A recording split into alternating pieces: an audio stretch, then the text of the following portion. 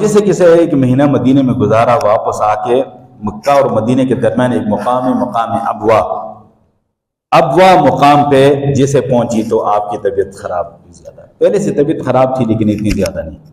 وہاں اتنی زیادہ طبیعت خراب ہوگی کہ سفر آگے جاری رکھنا مشکل.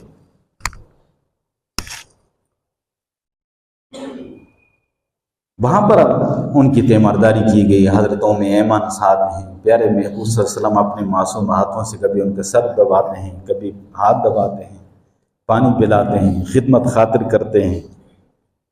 مقامی جو وہاں کی آبادی تھی انہوں نے ہیلپ کی.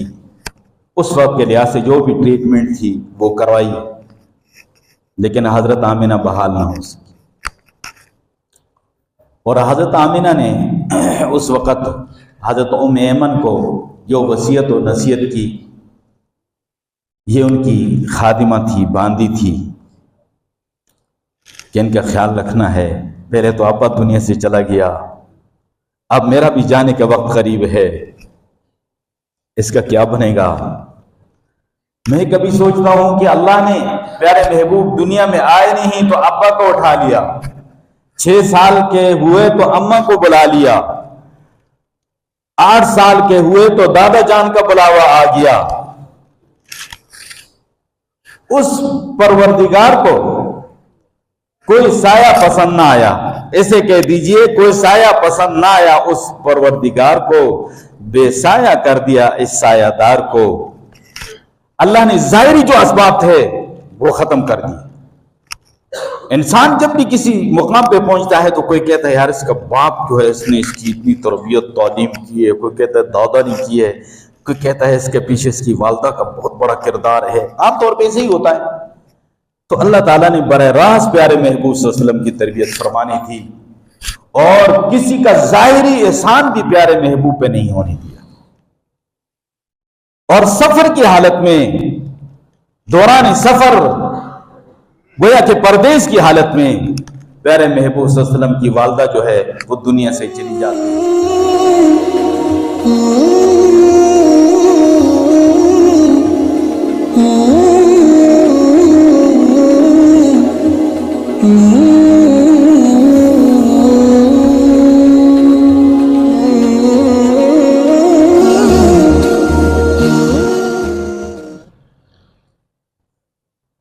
الحمد للہ وکفا والصلاة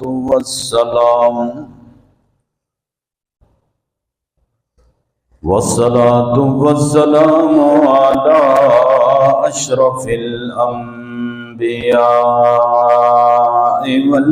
والمرسلین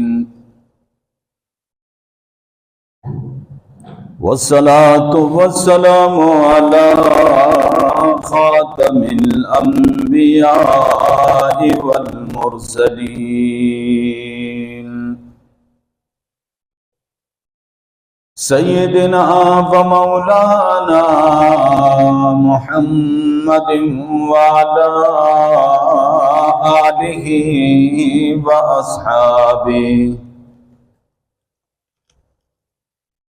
وأصحابه الطيبين الطاهرين.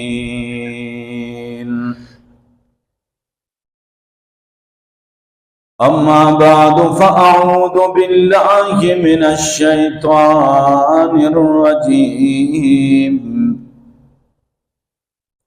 بسم الله الرحمن الرحيم.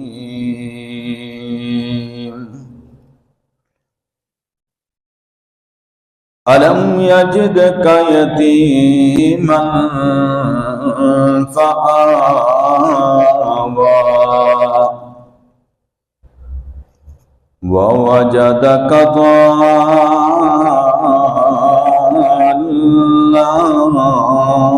فهدى ووجدك عائلا فأغنى فأما اليتيم فلا تقهر وأما السائل السائل فلا تنهر وأما بنعمة ربك فحدث. وقال النبي صلى الله عليه وسلم ارحموا من في الأرض يرحمكم من في السماء أو كما قال عليه الصلاة والسلام. صدق الله مولانا العظيم وصدق رسوله النبي الأمي الأمين الكريم ونحن على ذلك لمن الشاهدين والشاكرين والحمد لله رب العالمين.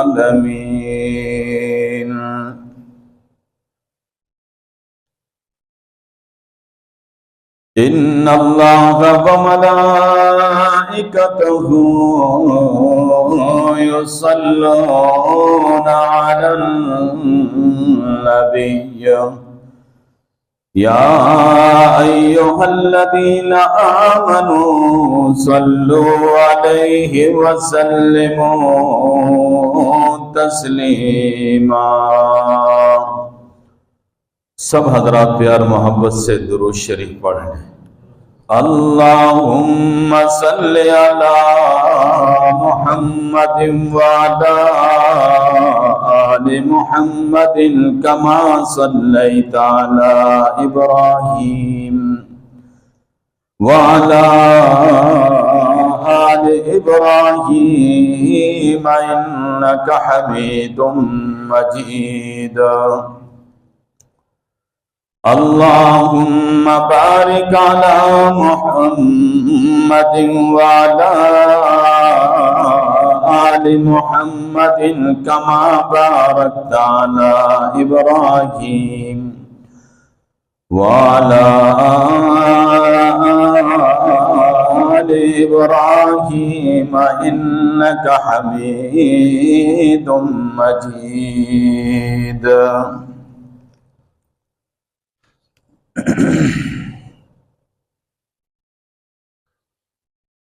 وہ نبیوں میں رحمت لقب پانے والا، وہ نبیوں میں رحمت لقب پانے والا، مرادیں غریبوں کی برلانے والا، مصیبت میں غیروں کے کام آنے والا، مصیبتوں میں غیروں کے کام آنے والا، وہ اپنے پرائے کا غم کھانے والا، یتیموں کا ملجا ضعیفوں کا مأویٰ، یتیموں کا ملجا ضعیفوں کا مأویٰ، یتیموں کا والی غلاموں کا مولا، وہ نبیوں میں رحمت لقب پانے والا. نہایت ہی قابل صد احترام دوستوں، بزرگوں، پیارے محبوب صلی اللہ علیہ وسلم کا بچپن کا ذکر آپ کے سامنے ہو رہا ہے گزشتہ جمعوں سے، اور آپ کے رضاعت کا جو زمانہ تھا اس کا تذکرہ، ہمارے پیارے نبی کی شان اور مقام کتنا بلند ہے کہ آپ کا بچپن اس شان والا ہے،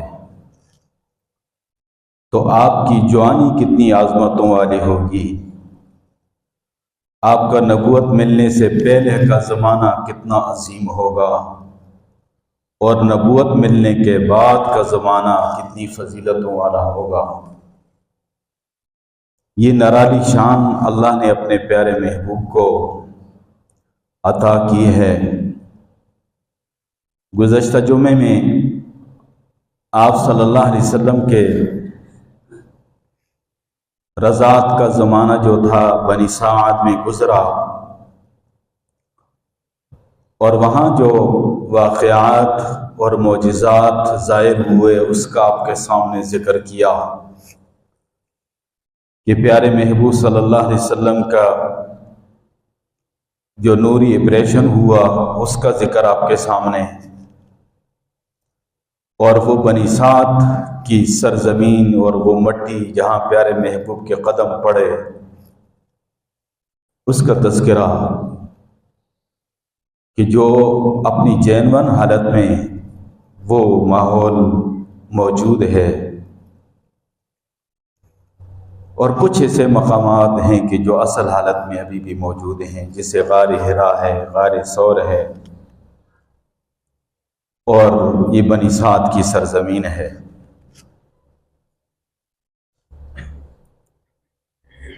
طائف کے مضافات میں یہ بستی ہے بنی سعد۔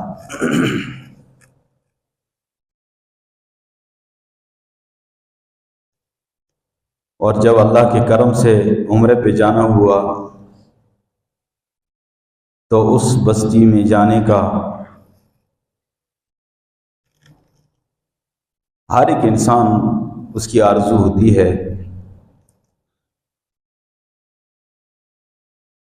تو بہرحال وہاں جانے سے یہ معلوم ہوا کہ اکیلے نہیں جانا چاہیے، گروپ کی شکل میں جانا چاہیے، گائیڈ کے ساتھ جانا چاہیے، اور اس مقام کو جو پہلی دفعہ جانے والا آدمی ہے اتنا آسانی سے معلوم نہیں کر سکتا، اور اس کی اصل وجہ یہ ہے کہ وہ جو اصل مقام ہے اس کا نام اکثر لوگوں کو نہیں آتا، اور اس مقام کا نام آ جائے تو پھر انسان پہنچ جاتا ہے، گوگل پہ سرچ کرتا ہے جو بھی پہنچ جاتا ہے، لیکن اصل مقام کا نام ہی نہیں آ رہا تو آپ کیسے پہنچیں گے؟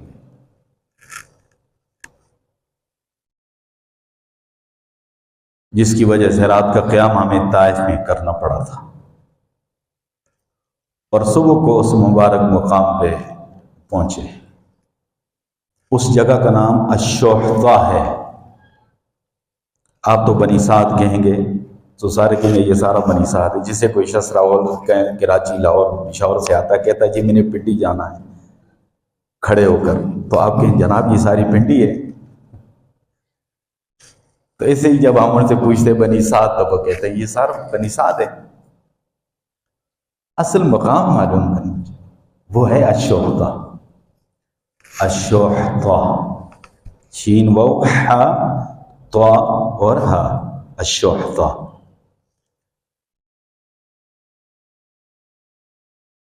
اور وہاں کی حکومت کی اتنی حوصلہ افزائی نہیں کرتی ہے، اس طرح کی زیارات کی اتنی حوصلہ افزائی نہیں ہے۔ اپنے طور پہ لوگ زیارات کرتے ہیں، باقی مقامات ہیں، چلو غار حرا پہ کوئی چلا گیا، غار ثور چلا گیا، عرفات، مینا، مزدلفہ، جبل رحمت، یہ مقامات تو آسان ہیں اور معلوم ہیں سب کو، لیکن یہ جگہ فاصلے پر ہے، اور وہاں اس لیے کوئی انتظامات بھی ایسے خاص نہیں، ان چیزوں کو وہ لوگ پسند نہیں کرتے۔ ہمارے پاکستانی بالخصوص ہمارے مزاج کے اندر شرک اور بدعت ہے، اس سے وہ بہت ناراض ہے۔ اس وجہ سے وہ اس کو پسند نہیں کرتے، اور خاص کوئی انتظامات نہیں ہیں، اتنا ہے کہ مین سڑک سے درمیانی سی سڑک جاتی ہے کوئی کچی پکی وہاں، تو وہاں پر چھوٹا سا کیبن سا ہے، اور باقی کچھ نہیں ہے۔ ہو سکتا ہے خاص دنوں میں وہاں کچھ لوگ کھانے پینے کی چیزیں لگاتے ہوں، لیکن جب ہم نے دیکھا تو وہ خالی تھا۔ بائیں طرف ذرا اوپر بلندی کی طرف چڑھیں تو وہاں پر کچھ چھوٹی چھوٹی دیواریں سی پتھروں کی، بتایا جاتا ہے کہ یہ حلیمہ سعدیہ رضی اللہ تعالی عنہا کا گھر تھا۔ تھوڑا سا اوپر جائیں تو وہاں ایک کنواں ہے، اس کے بارے میں بھی لوگ باتیں کرتے ہیں، حالانکہ صحیح روایت میں ایسی کوئی بات نہیں ہے کہ آپ کا نوری آپریشن ہوا تو پانی یہاں سے لیا گیا، ایسی بات نہیں ہے۔ جنت سے سارا سامان آیا ہے، نوری آپریشن کے لیے پانی زمزم کا استعمال ہوا ہے، 4 دفعہ پانی زمزم کا استعمال ہوا ہے، تو کچھ کمزور باتیں بھی لوگ کر جاتے ہیں۔ پھر پیارے محبوب صلی اللہ علیہ وسلم نبوت ملنے کے بعد جب طائف میں تشریف لے گئے تھے دین کی دعوت کے سلسلے میں، اور طائف کے جو سردار تھے ان سے ملے تھے، اور انہوں نے جو سلوک کیا تھا ناروا وہ موجود ہے، وہ مقام بھی ہے لیکن وہ چینج ہے، اور وہ باغات کا سلسلہ اور وہ چیز نہیں۔ کچھ علامات بنائی ہیں کہ مسجد ہے اور فلاں ہے۔ آپ صلی اللہ علیہ وسلم نے سمجھا کہ طائف کے لوگ پڑھے لکھے سمجھدار ہیں، ویسے بھی آپ کا بچپن وہاں گزرا تھا، تو خیال مبارک ہوا کہ طائف والے میری دعوت کو قبول کر لیں گے، لیکن ان تینوں سرداروں نے آپ کی دعوت کو ٹھکرا دیا، اور صرف دعوت کو ٹھکرایا نہیں ہے بلکہ اوباش قسم کے لونڈوں کو آپ کے پیچھے لگا دیا، اور انہوں نے آپ صلی اللہ علیہ وسلم پہ پتھراؤ کیا۔ تو اس منظر کا تصور انسان کو آتا ہے کہ رونگٹے کھڑے ہو جاتے ہیں۔ اللہ اکبر۔ وہ ابر کرم جس کے سائے کو گلشن بھی ترستے تھے، وہ ابر کرم جس کے سائے کو گلشن بھی ترستے تھے، وہاں طائف میں وہاں کھڑے ہو کر میں نے یہ اشعار پڑھے تھے، تو میں نے وہاں لفظ بولا تھا یہاں طائف میں، وہاں طائف میں ان کے جسم پر بھی پتھر برستے تھے، وہ ابر کرم جس کے سائے کو گلشن بھی ترستے تھے، وہاں طائف میں ان کے جسم پر بھی پتھر برستے تھے، حضور مسلسل آنے والے پتھروں کی چوٹ سہتے تھے، حضور مسلسل آنے والے پتھروں کی چوٹ سہتے تھے، لیکن آقا پھر بھی ان کو ہدایت کی دعا دیتے تھے، اللہم اہد قومی فإنہم لا یعلمون، اے اللہ میری اس قوم کو ہدایت عطا فرما، یہ مجھے نہیں جانتے، الہی تو کرم فرما کو سارے طائف کے مکینوں پر، الہی تو کرم فرما کو سارے طائف کے مکینوں پر، الہی تو پھول برسا پتھروں کی زمینوں پر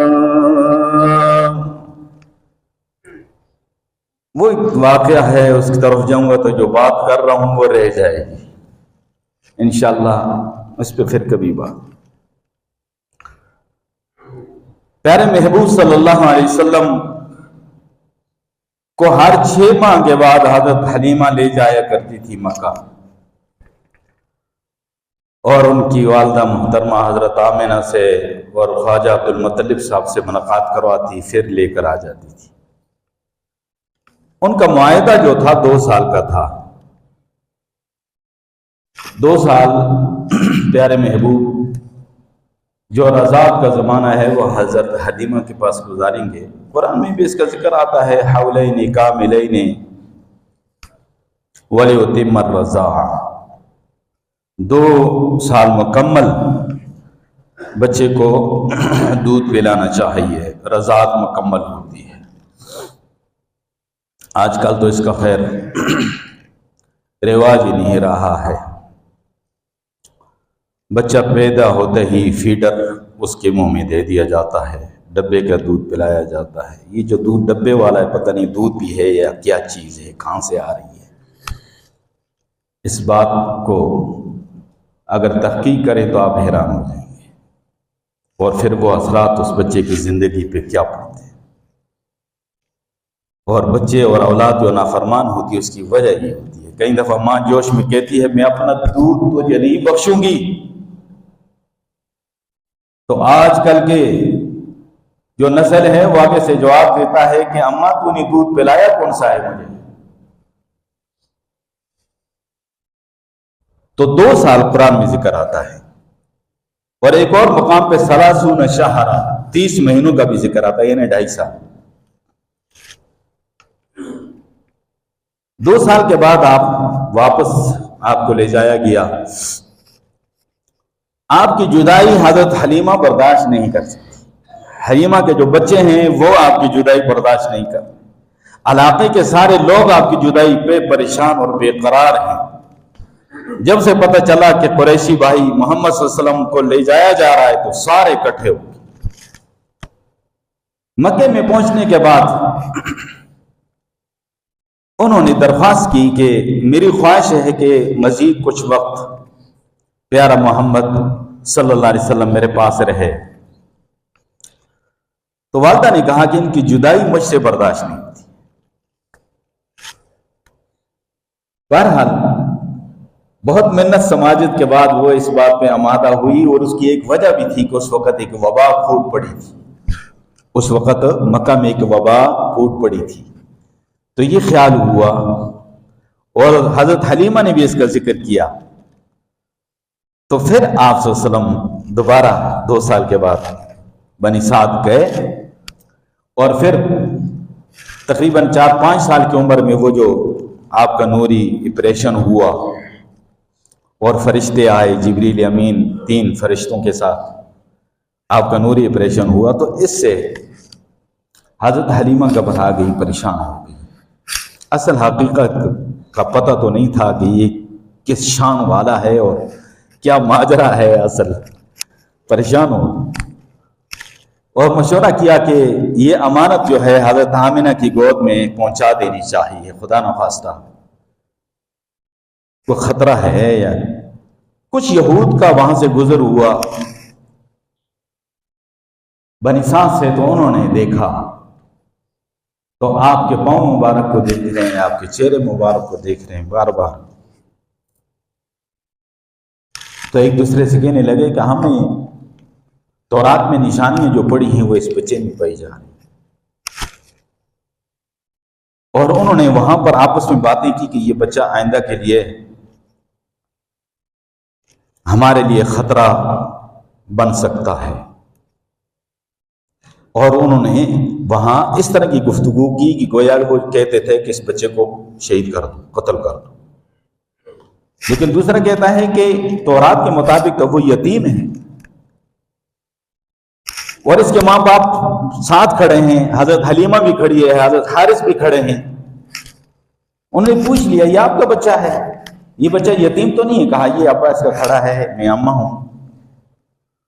یہ لفظ انہوں نے بولا احتیاطاً، تدبیر کے طور پہ، اور وہ چلے گئے۔ اس سے بھی وہ پریشان ہو گئی، اور 5 سال کے بعد آپ واپس مکہ مکرمہ آ جاتے ہیں، بڑا استقبال ہوتا ہے۔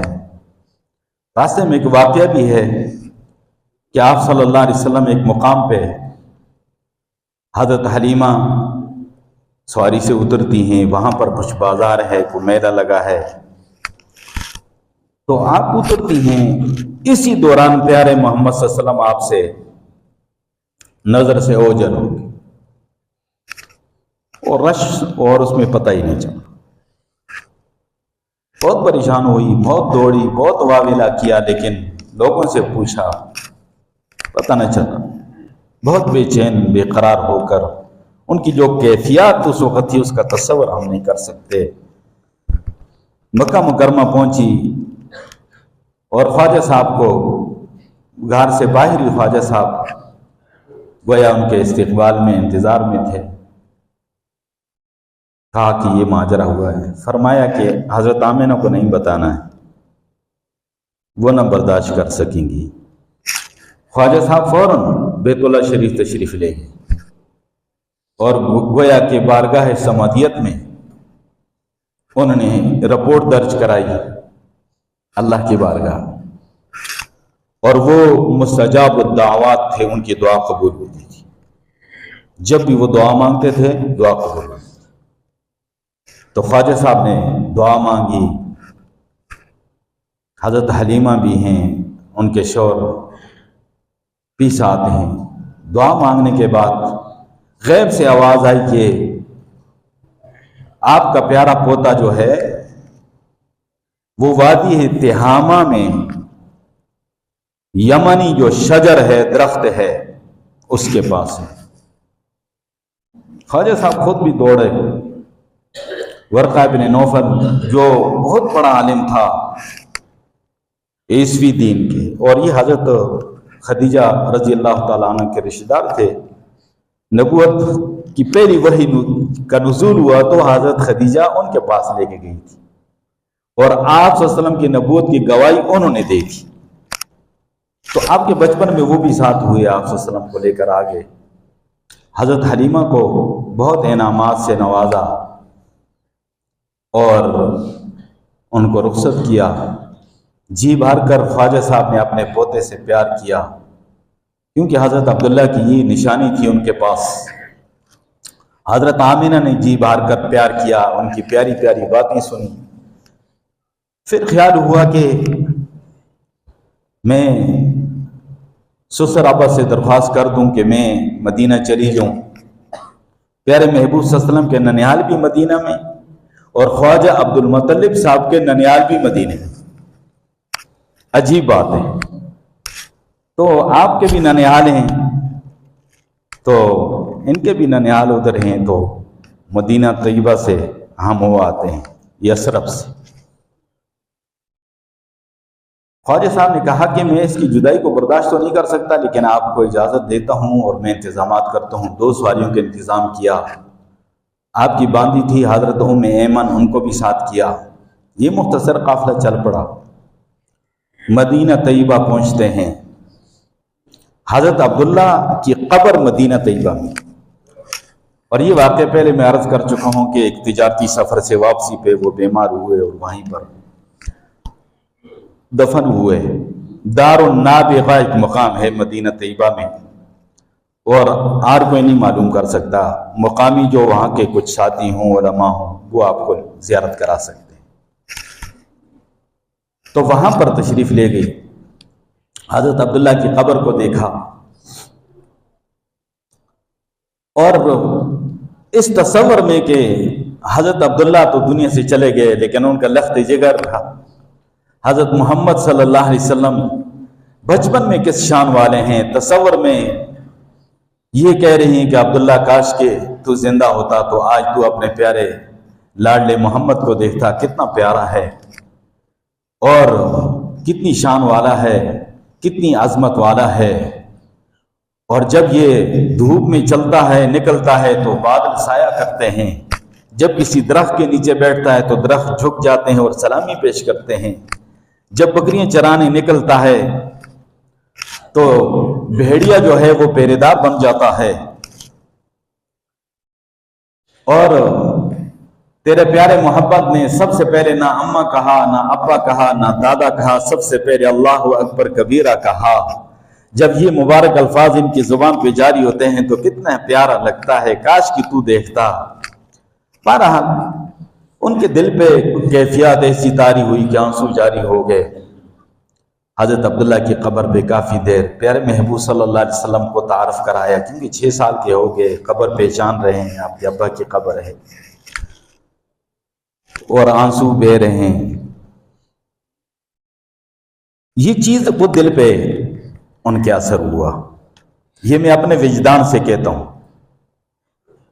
کہ ان کی دل پہ ایسی کیفیت آئی کہ ان کے دل پہ سے اثر ہوا۔ اور جسے کسی ایک مہینہ مدینے میں گزارا، واپس آ کے مکہ اور مدینے کے درمیان ایک مقام ہے، مقام ابوا مقام پہ جسے پہنچی تو آپ کی طبیعت خراب ہوئی زیادہ، پہلے سے طبیعت خراب تھی لیکن اتنی زیادہ نہیں، وہاں اتنی زیادہ طبیعت خراب ہوگی کہ سفر آگے جاری رکھنا مشکل۔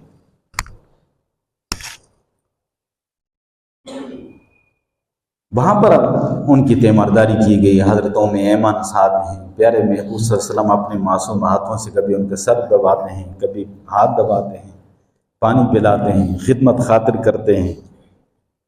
مقامی جو وہاں کی آبادی تھی انہوں نے ہیلپ کی، اس وقت کے لحاظ سے جو بھی ٹریٹمنٹ تھی وہ کروائی، لیکن حضرت آمینہ بحال نہ ہو سکی۔ اور حضرت آمینہ نے اس وقت حضرت ام ایمن کو جو وصیت و نصیحت کی، یہ ان کی خادمہ تھی، باندی تھی کہ ان کا خیال رکھنا ہے، پہلے تو ابا دنیا سے چلا گیا، اب میرا بھی جانے کا وقت قریب ہے، اس کا کیا بنے گا۔ میں کبھی سوچتا ہوں کہ اللہ نے پیارے محبوب دنیا میں آئے نہیں تو ابا کو اٹھا لیا، 6 سال کے ہوئے تو اماں کو بلا لیا، 8 سال کے ہوئے تو دادا جان کا بلاوا آ گیا۔ اس پروردگار کو کوئی سایہ پسند نہ آیا، ایسے کہہ دیجئے کوئی سایہ پسند نہ آیا، اس پروردگار کو بے سایہ کر دیا، اس سایہ دار کو اللہ نے ظاہری جو اسباب تھے وہ ختم کر دیے۔ انسان جب بھی کسی مقام پہ پہنچتا ہے تو کوئی کہتا ہے یار اس کا باپ جو ہے اس نے اس کی اتنی تربیت تعلیم کی ہے، کوئی کہتا ہے دادا نے کی ہے، کوئی کہتا ہے اس کے پیچھے اس کی والدہ کا بہت بڑا کردار ہے، عام طور پہ ایسے ہی ہوتا ہے۔ تو اللہ تعالیٰ نے براہ راست پیارے محبوب صلی اللہ علیہ وسلم کی تربیت فرمانی تھی، اور کسی کا ظاہری احسان بھی پیارے محبوب پہ نہیں ہونے دیا۔ اور سفر کی حالت میں، دوران سفر گویا کہ پردیس کی حالت میں، پیارے محبوب صلی اللہ علیہ وسلم کی والدہ جو ہے وہ دنیا سے چلی جاتی ہیں، اور آپ صلی اللہ علیہ وسلم نے اپنے ابا کی قبر کو دیکھا اور پھر اپنی اماں کی میت کو دیکھا، اپنی محبتوں کی، الفتوں اور شفقتوں کی جو مرکز تھی ان کی والدہ، ان کو دنیا سے جاتے دیکھا۔ پیارے محبوب کے مبارک دل پہ کیا گزری ہوگی، یہ میرے اللہ کا نظام ہے۔ اور وہاں حضرت آمینہ کی قبر بنی۔ فتح مکہ کے بعد بھی اور صلح حدیبیہ کے بعد بھی آپ صلی اللہ علیہ وسلم قبر پہ تشریف لے گئے، اپنی والدہ کی قبر پہ مٹی سیدھی کر رہے ہیں اور رو رہے ہیں۔ صحابہ کرام کی جماعت موجود ہے، وہ رو رہے ہیں، یا رسول اللہ آپ رو رہے ہیں؟ فرمایا ہاں میری اماں، میری والدہ کی یاد مجھے آج آ رہی ہے، اور میرے ذہن میں وہ سارا نقشہ ہے کہ کس طرح ہم مدینہ میں رہے، اور وہاں پر میرے ابا جان کی قبر دار النابغہ میں ہم نے دیکھی، پھر میری امی یہاں تک آئی، بیمار ہوئی یہاں پر، پھر وہ اللہ کے پاس چلی گئی اور ان کی یہ قبر بنی۔ تو اپنے ہاتھوں سے قبر پہ مٹی سیدھی فرما رہے ہیں اور رو رہے ہیں۔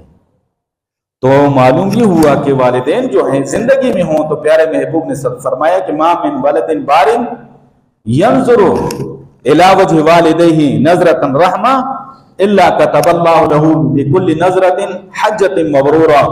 جو فرما بردار بیٹا اپنے ماں باپ کے چہرے پہ محبت کی عقیدت کی نگاہ ڈالتا ہے، ہر نظر پہ مقبول حج عمرے کا ثواب ملتا ہے۔ صحابہ نے تڑپ کر پوچھا وَإِن نَظَرَ فِي كُلِّ يَوْمٍ 100 مرہ، یا رسول اللہ اگر دن میں 100 دفعہ بھی دیکھے، فرمایا اللہ اکبر و اطیب، اللہ سب سے بڑا ہے اور اللہ کی ذات پاکیزہ ہے، اللہ 100 دفعہ دیکھنے والے کو 100 مقبول حج عمرے کا ثواب عطا فرمائیں گے۔ لیکن جن کے والدین چلے گئے تو ان کے لیے فرمایا کہ من زار قبر والدیہ او احدہما کانا کعدل حجۃ مبرورہ، جس نے اپنے ماں باپ دونوں کی یا ایک کی قبر کی زیارت کی، اس کو بھی مقبول حج کا ثواب ملے گا۔